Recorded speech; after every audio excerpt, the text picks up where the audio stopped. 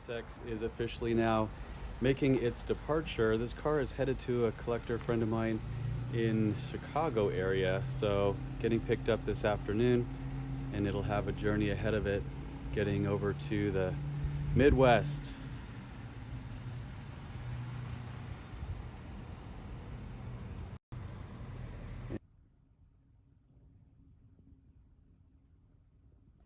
My last drive with the TSX, I'm headed to meet a transport truck driver right now. Today is the day the TSX is departing as well. Apologize, there's some diesel engine noise behind me, but that's because this guy has such a huge transport rig. Look at those cool rides, by the way. He couldn't get it through my neighborhood. We didn't even want to try that. So I'm meeting him at a truck stop travel center here right off Interstate 10, so I can just leave the car here and then Uber home. So this thing is headed to North Carolina. It will leave a good life there with current TSX owner. The gentleman who bought this has a Milano red TSX already in the family, so he's well aware of how cool these cars are, and I'm super glad it went to a good home.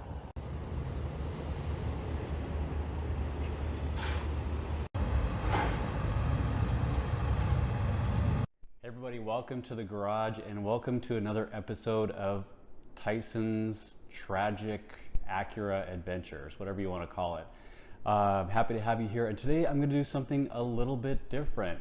I wanted to acknowledge some changes that are happening in my current car collection, give a little bit of direction as to where things are going from here, and just kind of enjoy some back and forth dialogue that I've had in the comment section of my videos, really probably mostly over the last 3 years. I didn't put a lot of effort into YouTube at all until pandemic, and I was dedicating at that point some effort to at least posting once per week, sometimes more.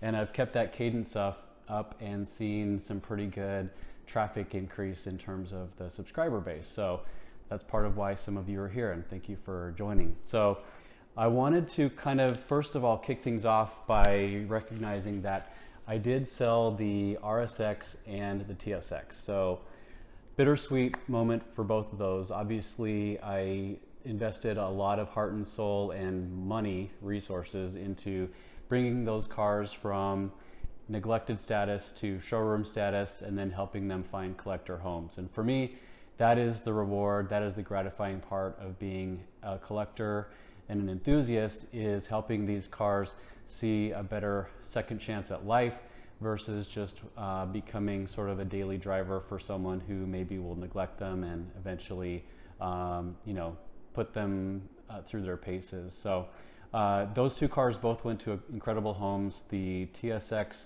went to North Carolina and the RSX went to the Chicago area. And I will continue to keep in touch with those respective owners. I'm super pleased to meet both of them electronically, although we did not meet in person. And I'll bring you updates in the future on what's going on with those cars.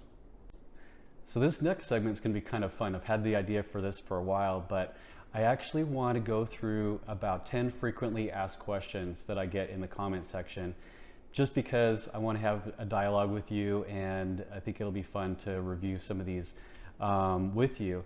So I went ahead and printed 10 random things that came to mind of stuff that people have asked me, and I'll go through the deck here. Let's go ahead and maybe just shuffle up a little bit, and we'll just go in the order that they come. So first question was, where do you get parts? So I've owned 40, where's my board behind me? 48 cars in my years of driving. And that's a lot of cars. That's a lot of cars that weren't in great shape when I got them and were in great shape when they left me. So how do I do it? Parts sources are getting tough to come by, especially for vintage cars in the Honda Acura realm. So probably some of the stuff you're already thinking of is what I'm going to say. Salvage yards, get connected to forums and Facebook groups.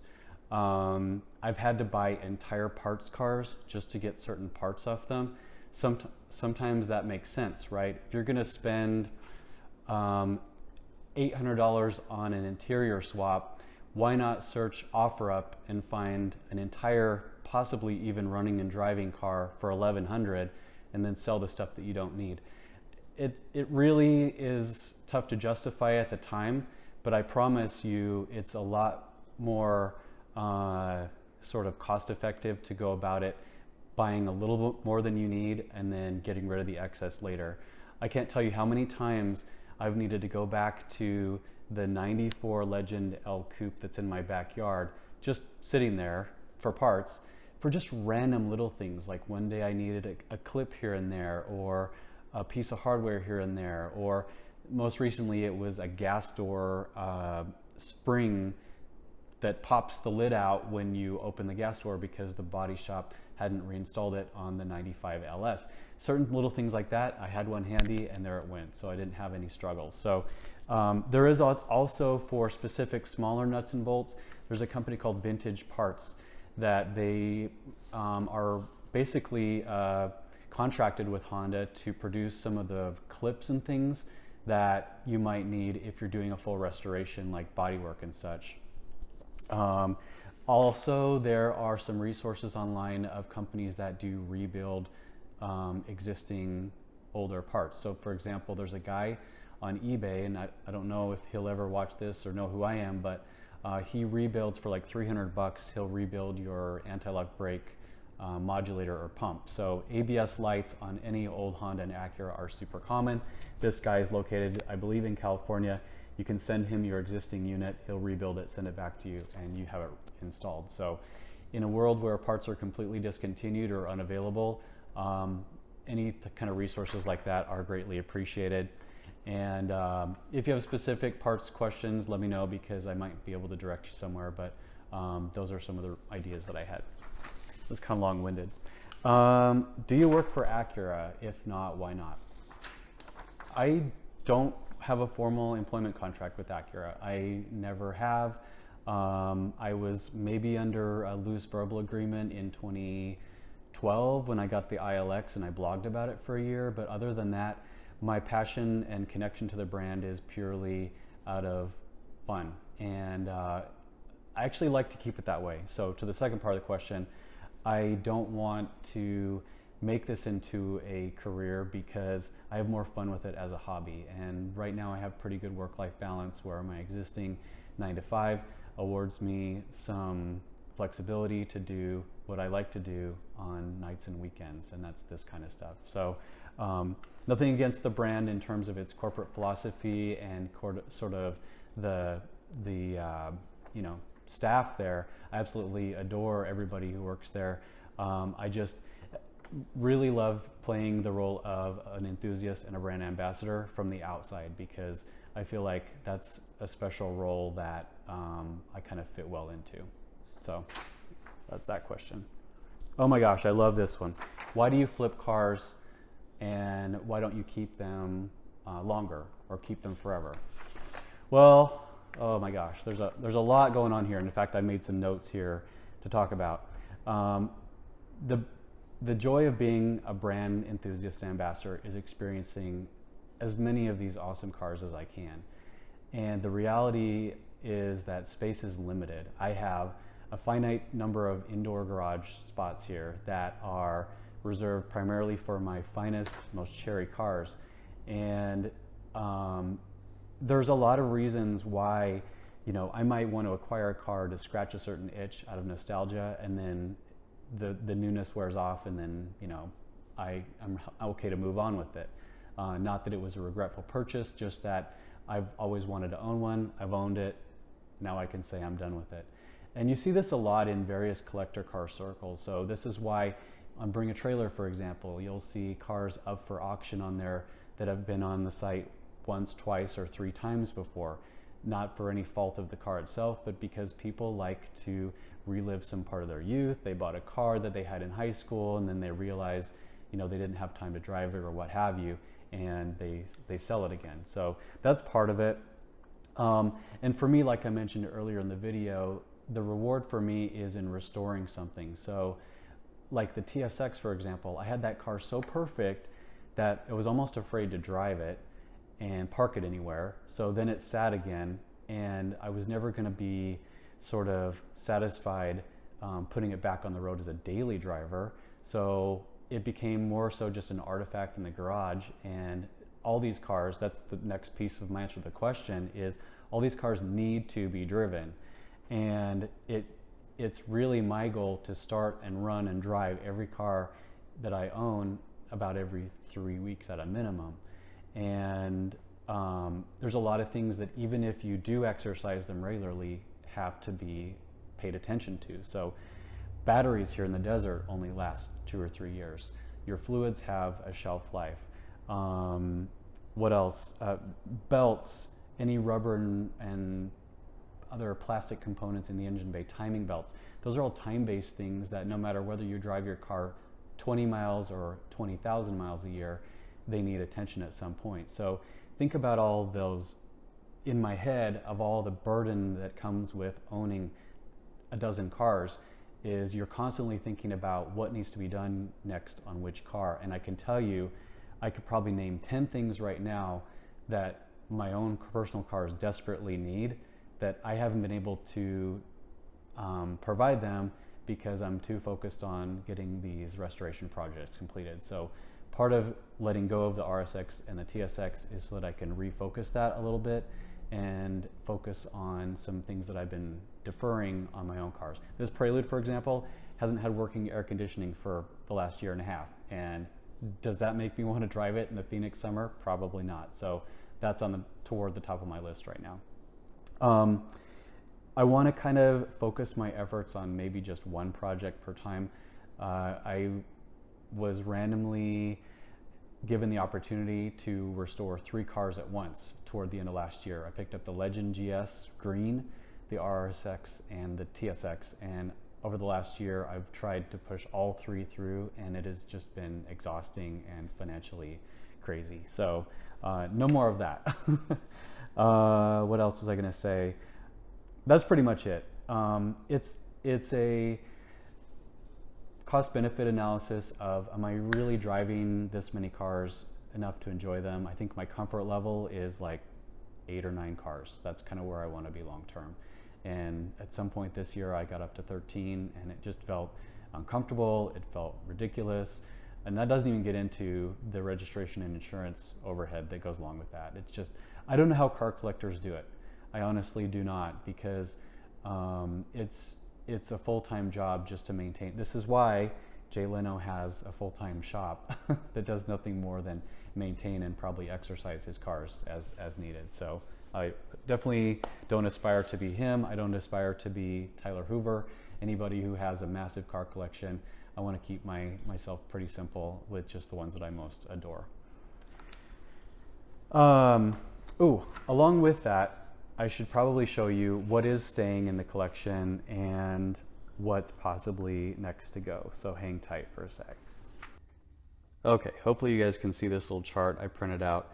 And this shows, in order of acquisition, each of the cars that I have in my current collection. And what does that come out to? I think 1, 2, 3, 4, 5, 6, 7, 8, 9, 10, 11. Okay, so yeah, 11's too high. That's not going to happen. So I put a star here next to the Sherwood Green GS 6-speed. That car is currently getting restored, and once it's completed, that will be the next one on the chopping block.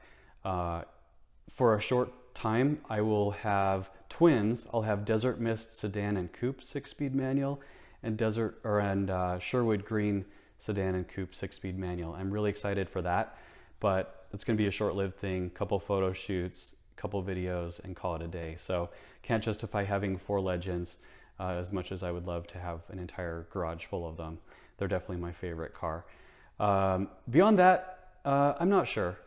Every other car on this list kind of has a purpose for right now as to why I keep it. The crazy one is the SLX. I absolutely love that thing. For the $1,400 I paid almost 5 years ago, it has more than paid for itself in hauling car parts and hardware store run items and my lawnmower and pretty much anything I throw at it. So if I had to predict, honestly, the car that maybe post Legend GS I would part ways with, maybe the S2000. I don't know. I feel like it crosses over with my NSX a lot in terms of the fun to drive factor, and I don't know. Haven't really thought too much about it, but maybe you can consider this a feeler if that's one that you particularly have the hots for. So that's my car collection as it sits today. Let's get back to the deck of cards here. Drinking out of my National Acura Legend Meet 2016. Plastic cup, still doing the trick 7 years later. Let's go through these quickly since this is going to get long. What events are you attending? So next on the calendar are Japanese Classic Car Show in Long Beach, California, October 7th. Then I have the Radwood Show here in Phoenix, Chandler specifically, October 14th, just a week later. And then I did register for Radwood LA, SoCal, which is technically San Pedro, over by the port in Long Beach in November 11th. So unfortunately, I am missing this year's Acura NS Expo. It's in Atlanta. I'm sure that's going to be a blast out there. I just couldn't justify dual cross-country trips since I just got back in the Legend from Nalm in Kentucky in August. Do you want to buy my car? This is you asking me. Tyson, do you want this car? Maybe. I mean, I'll never say no to having you suggest something to me. And there is a short list of cars that someday, it's kind of a bucket list, if you will, of cars that I want to own. I listed a couple of them here. Love to have an Acura EL, a Canadian spec early EL, which was just a rebadged Civic.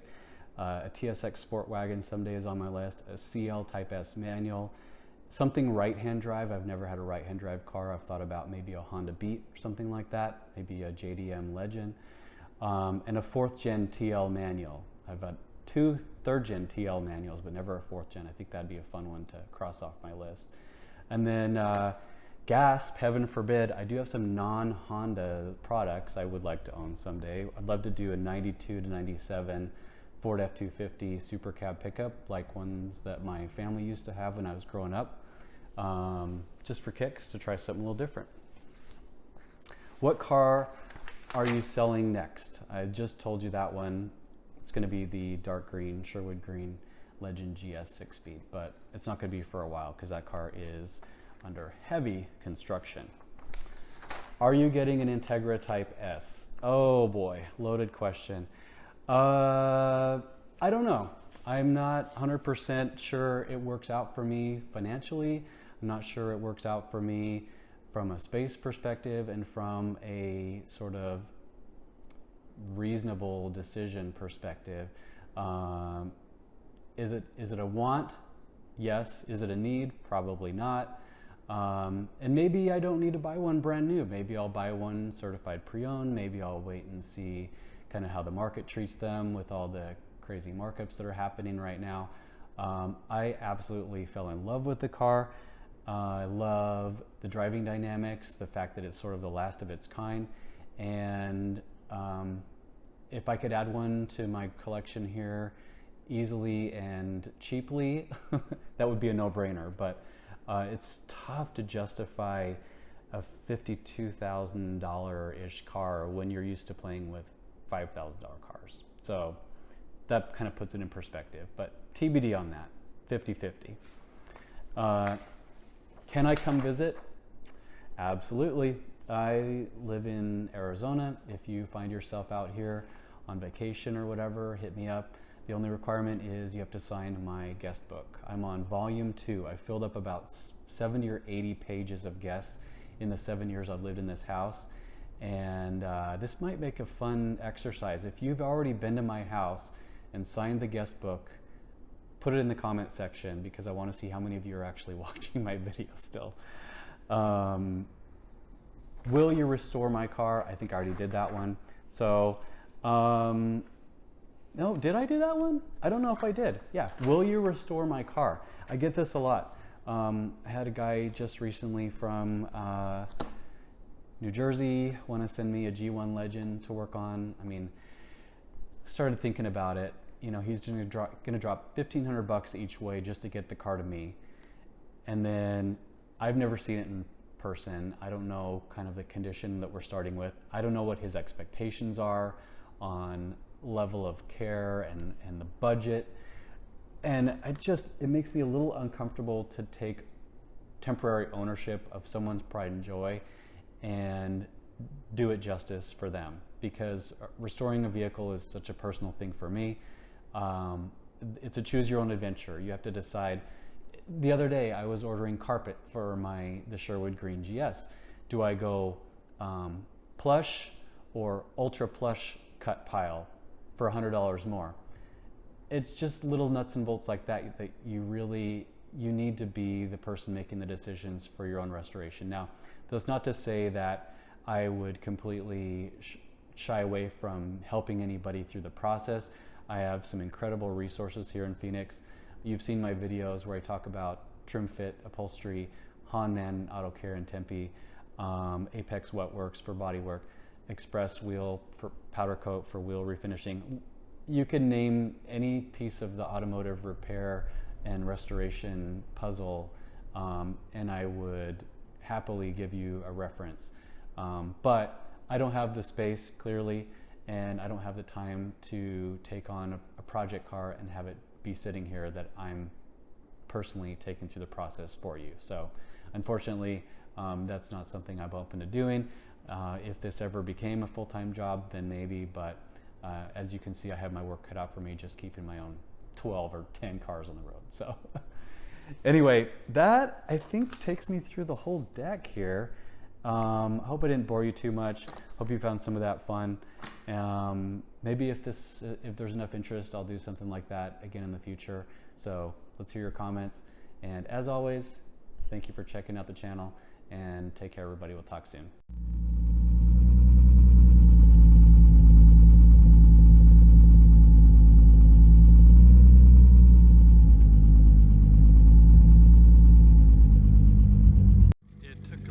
Coaxing, and it is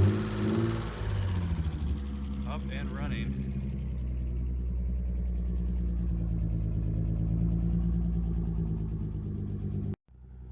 Now that it's been running for a few minutes, I am actually shocked at how well this thing idles.